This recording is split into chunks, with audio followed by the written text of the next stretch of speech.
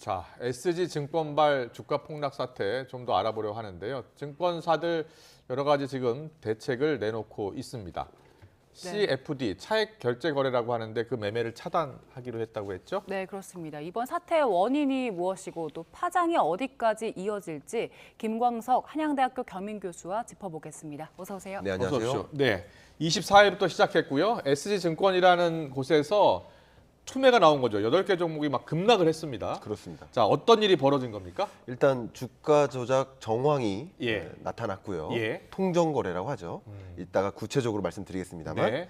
또 손실을 피하기 위해서 증권사들이 반대 매매를 했습니다. 네. 그러면서 말 그대로 주가가 연일 폭락하는 일이 나타났었습니다. 자, 49만 원에서 11만 원으로 저게 나흘 동안 떨어지는 겁니까? 네, 그렇습니다. 3일 연속 하한가를 계속 기록하다가 예. 오늘은 또 반등하는 모습이 나타납니다. 네. 이 반등하는 모습도 좀 재밌게 이해하시는 분들이 계신데 네네. 이런 것을 우리 좀 전문 용어로 핫다라고 합니다. 핫다. 핫다요? 네, 하한가 따라잡기. 아, 이게 무슨 얘기냐면 위험한 거 아니에요? 위험한 겁니다. 매우 위험합니다. 네. 이거 조심해야 됩니다. 이게 뭐냐면 낙폭이 굉장히 과다하네. 지금의 현재 3일 연속 하한가를 때렸으니까 이 주가는 어쩌면 1년 전 주가, 어떻게 보면 주가 조작이 들어가기 전 주가 예. 그거에 다시 도래했으니까 이제 너무 가치에 비하면 이 기업 가치 멀쩡한데 네. 이 가치에 비하면 너무 많이 떨어진 거 아니야? 예. 그래서 기술적 반등이 기대된다라고 하면서 단기 투자하는 방식이에요. 근데 이거 매우 조심해야 됩니다. 네. 만약에 하한가가 더 지속될 수 있고요. 기관들이 투매하게 되면 대량의 또 손실이 일어날 수 있기 때문에 조심해야 여러분들 됩니다. 조심하셔야 됩니다. 이거 네네. 위험 해소됐다고 볼 수 없는 상황인 없는 거죠? 상황이죠. 예. 아직 결과도 나온 게 아니고요. 네. 근데 이번 사태 그 구조가 궁금한데 네. 누가 누구 돈으로 주가를 끌어올린 겁니까? 일단 누가라고 한다면 주가 조작단인 거죠. 네. 예, 네. 주가 조작단이 돈을 맡긴 투자자들을 모은 거예요. 네. 왜냐하면 주가 조작이라는 것은 매수세가 담보가 돼야 돼요. 돈이 있어야 그렇죠. 주가를 끌어올리는 거거든요. 예. 모든 가격은 수요와 공급에 의해 결정되니까 높은 가격으로 형성될 만한 그 주가를 살 만한 매수세, 네. 세력이 있어야 됩니다. 예. 그러니까 투자자를 모아야 되는데 현재 조사 결과로는 대략 1,500명가량의 투자자들을 모집한 거고요. 네. 이 투자자에는 의사, 변호사, 뭐 중소기업 대표, 아. 연예인, 뭐 예. 여러 가지 인물들이 많이 거론되고 있는데 통상적으로 집단을 모집하다 보니까 예를 들어서 의사다. 네. 그러면 투자하겠다. 큰 돈 벌겠다.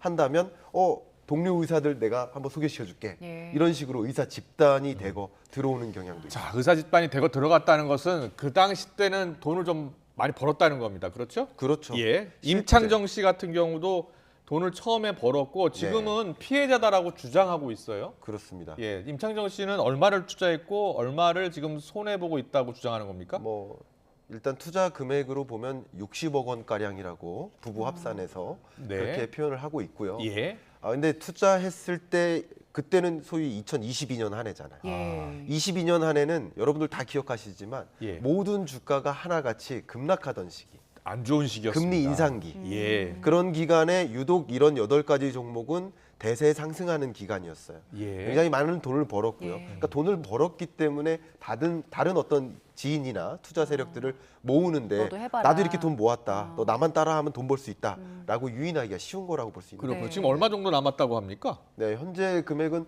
1억 원대 뭐 이렇게 많이 줄었다. 마이너스도 된다고 하던데요. 마이너스 될 수도 있고요. 아. 현재는 1억 8천만 원 정도 이렇게 많이 줄어들었다 이렇게 표현하고 있습니다. 네. 예. 그리고 저희가 앞서 그 목소리를 직접 듣긴 했는데 이번 주가 폭락 배우로 주목된 네. 분이잖아요. 지목된 네. 분인데 라더견 씨 입장도 나왔습니다. 네.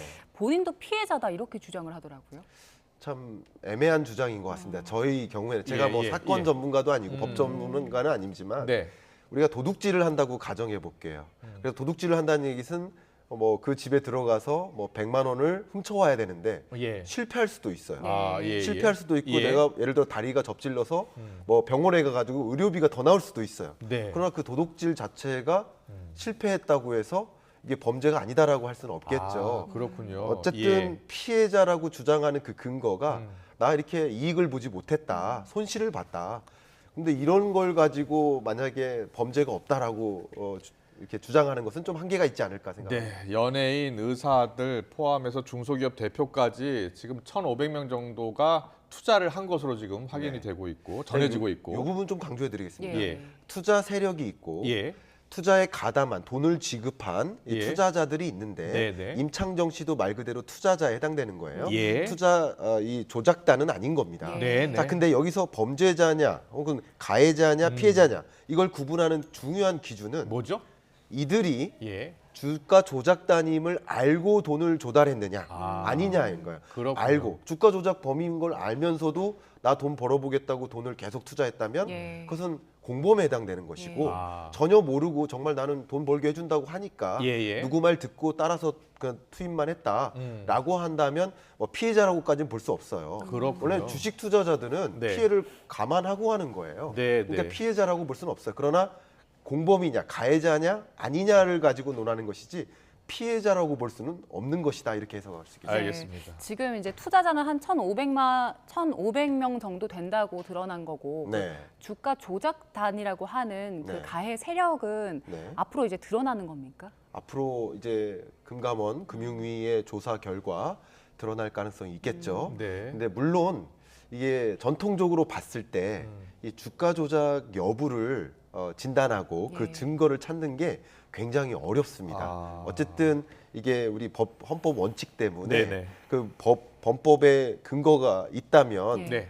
범법자가 되는 것인데 근거를 찾는 과정에 있다는 것이죠. 네. 근거를 못 찾게 되면 범법자라고 안 할 수도 있는 것이죠. 그런데 이게 투자자를 모으는 방법 중에 다단계 수법이 활용됐다고 하더라고요. 네. 예, 어떻게 모은 겁니까? 일단 10명의 투자자들을 찾아요. 예. 이렇게 하면은 이만큼 돈을 벌 수 있어. 이만큼 돈을 벌 수 있으니까 당신도 투자해. 예. 그러면 그 10명이 다른 또 지인들을 데려오면 네, 네. 세력이 모아지고 예. 그게 거대한 자금이 형성되고 실제 매수가를 올려놓을 수 있는 역할을 하겠죠. 예. 네. 근데 그런 과정에서 이 10명이 또 다른 10명한테 예. 또 이 나머지 10명이 또 다른 10명한테 추가적으로 계속 투자에 유입할 수 있도록 유인하는 거. 일부 수익도 배분을 하지 않나요? 수익을 배분하기 때문에 예. 유인할 수도 있겠죠. 예, 예. 그냥 단편적으로 그냥 내 친구니까 지인이니까 들어와라고 하는 게 아니라 네네. 나도 이만큼 벌었으니까 하면서 유인하되 유인한 그 당사자는 다단계로서 수익을 배분받는 역할을 그렇군요. 하겠죠. 예. 그리고 이번 그 사태에서 차액 결제 거래 네. CFD라는 개념이 계속해서 나오고 있는데 이게 네. 어떤 겁니까? 네, 이게 굉장히 중요한 것 같습니다. 예. 일단 주가 조작이라는 범법 행위는 소위 통정거래라는 표현을 써야 됩니다. 예. 그러니까 많은 분들이 좀 착각하시더라고요. 차액 결제 거래가 불법이 아닙니다. 네. 그리고 신용 거래도 불법이 아닙니다. 예. 불법 조항, 그 주가 조작 사항은 말 그대로 통정 거래인 거예요. 네. 그러니까 매수자와 매도자를 임의로 지정해 놓고 정해진 시간과 정해진 금액으로 가격을 임의로 조작해 가면서 사는 거, 예. 사고 파는 거. 그게 통정 거래인 거예요. 조작이 들어가는 그렇죠. 겁니까? 그런 게. 그러니까 통정 거래 정황이 지금 나타나고 있는 거예요. 그런데 통정 거래를 할 때 어쨌든 거대한 이 주식 투자 자금을 모아야 되는데 그 모으는 방법 중에 하나가 다단계 수법을 네, 적용한 네. 것이고요. 예. 두 번째가 바로 차액 결제 거래인데요. 예. 자, 이걸 좀 구체적으로 설명드리겠습니다. 우리가 통상적으로 주식을 사려면 돈이 있어야 됩니다. 네. 1,000만 원어치 주식을 사려면 1,000만 원이 있어야 돼요. 근데 1,000만 원밖에 없는데 2,500만 원어치 주식을 살 수도 있어요. 마치 이런 거죠. 집을 사려고 하는데 네. 10억 원짜리 집을 사야 되지만 갖고 있는 돈은 1억밖에 없어요. 예. 그러나 9억짜리 전세 보증금을 제공할 수 있는 세입자를 찾으면 그 집의 소유자가 될 수는 있겠죠. 예. 약간 비슷한 개념이라고 지금도 보시면 돼요. 신용거래로 더 살 수 있잖아요. 더 살 수 있는 겁니다. 예, 예. 그러니까 더 살 수 있는 돈이 부족하지만 없음에도 불구하고 그 주식을 살 수 있는 방법이 크게 두 가지인데요. 네. 그 중에 한 가지가 이 차액 결제 거래라고 볼 수 있겠습니다. 예. 소위 말해서 내가 갖고 있는 돈은 1,000만 원밖에 없지만 2,500만 원어치까지 살 수도 있습니다. 네. 그럼 이게 어떻게 변화가 있냐? 만약에 주가가 계속 상승한다고 보면 네, 네. 1,000만 원어치 주식을 투자했을 때 만약에 2배 됐다 그러면 2,000만 원이 되잖아요. 근데 만약에 1,000만 원밖에 없지만 2,500만 원어치 주식을 산다. 그럼 그 값이 역시 2배로 올라간다 그러면 이제는 5천만 원이 되잖아요. 예. 투자 수익이 훨씬 높아지겠죠. 결국 투자 자금을 모아야 되기 때문에 차액 결제 거래를 활용하는 것이고 예. 그게 투자 수익률도 더 담보가 될 수 있겠죠. 예. 그런데 차액 결제 거래를 했을 때 지금처럼 주가 조작의 정황이 밝혀졌어요. 네. 그러니까 주가가 폭락합니다. 예. 하한가를 찍습니다.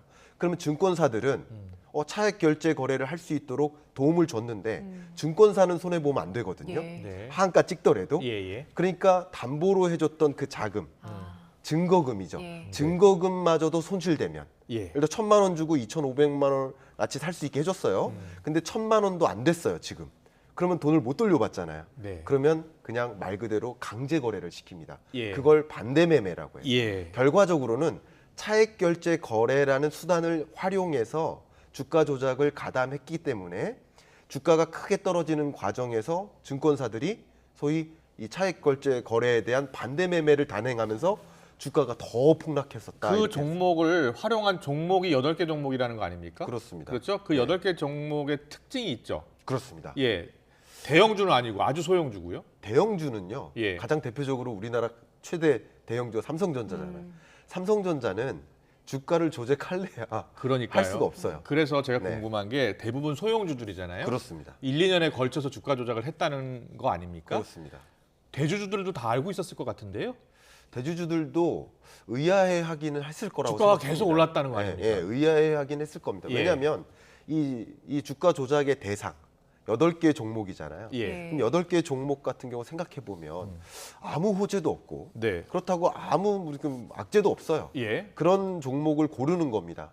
그리고 기본적으로 고를 때 이 주가 조작단이 거래에 투입하는 그 금액이 절대적인 금액이어야 되니까 네. 거래량이 많으면 안 돼요. 그 종목이. 거래량이 많으면 주가 조작이 어려워요. 예, 예. 그러니까 그런 종목을 선정한 건데 그런 종목이 22년 내내 소위 주가가 계속 올랐다. 그러니까요. 모든 종목의 주가가 다 떨어지는데 하나같이 그런 종목들만 올랐다. 그런 정황을 어느 정도는 이해하고 있지 않았을까 하는 생각은 합니다. 다만 네. 조심스러운 상황이지만 예, 예. 현재는 그런 추측도 가능할 수 있겠습니다. 알겠습니다. 그러면 이제 앞으로 금융당국이 어디를 집중적으로 들여다봐야 이 실체를 밝혀낼 수 있을까요? 일단 여러 가지인 건데요. 말 그대로 이 주가 조작단이 실질적으로 조작 행위를 했는지 네. 그 증거를 찾는 일이 중요하고요. 증거 찾기. 그리고 투자자로서 가담한 이 투자자들 이들이 정말 이런 주가 조작이라는 것을 알고 투자했는지 여부. 예. 그래서 같이 공범에 해당되는 가해자로 규명을 할 것인지 아닌지 이런 것들을 좀 찾아 나가는 것들이 가장 중요한 방향성이라고. 수사가 쉽지 않을 것 같다면서요. 매우 쉽지 않습니다. 예. 왜냐하면 그 증거를 찾기가 이게 주가 조작했다 안 했다라는 것을 판단하기란 굉장히 어려운 그래서 일이죠. 지금 알려지지 않는 분들 가운데 이 종목 이렇게 주가 조작이 있었는데도 모르고 투자한 분들도 있을 거예요. 네. 예. 그렇게 손실 본 분들은 뭐 보상받을 길이 없잖아요. 그분들이 가장 큰 피해자인 거죠. 그분들이 피해자인 거죠. 전혀 모르고 예. 그냥 우상향하는 이런 종목에 나는 장기 투자해야지 하는 마음으로. 그러니까요. 보통 장기 투자자들은 2년, 3년, 예. 5년 이렇게 두고 묻어두는 방식이잖아요. 네. 근데 그렇게 우상향할 것으로 생각하고 투자했는데 이렇게 하한가를 연속으로 찍으면 얼마 팔지도 못했고요. 예. 네. 가장 큰 손실은 이 말 그대로 선량한 투자자들이요. 네. 이렇게 선량한 투자자들이 피해를 보게 되면 많은 투자자들이 이 시장에 대해서 실망합니다. 그렇습니다. 실망하고 떠나고요. 패닉 시장을 바이잉. 믿지 못하는 거죠. 더 중요한 것은요. 예. 외국인이 한국 주식 시장을 보면서 야 이게 선진 시장이라고 볼까요? 네. 아니거든요. 예. 그럼 외국인 자금도 빠져나가는. 알겠습니다. 위험합니다. 금융당국의 철저한 수사, 신속한 수사가 필요한 상황입니다. 지금까지 김광석 한양대학교 경영교수와 함께했습니다. 잘 들었습니다. 감사합니다.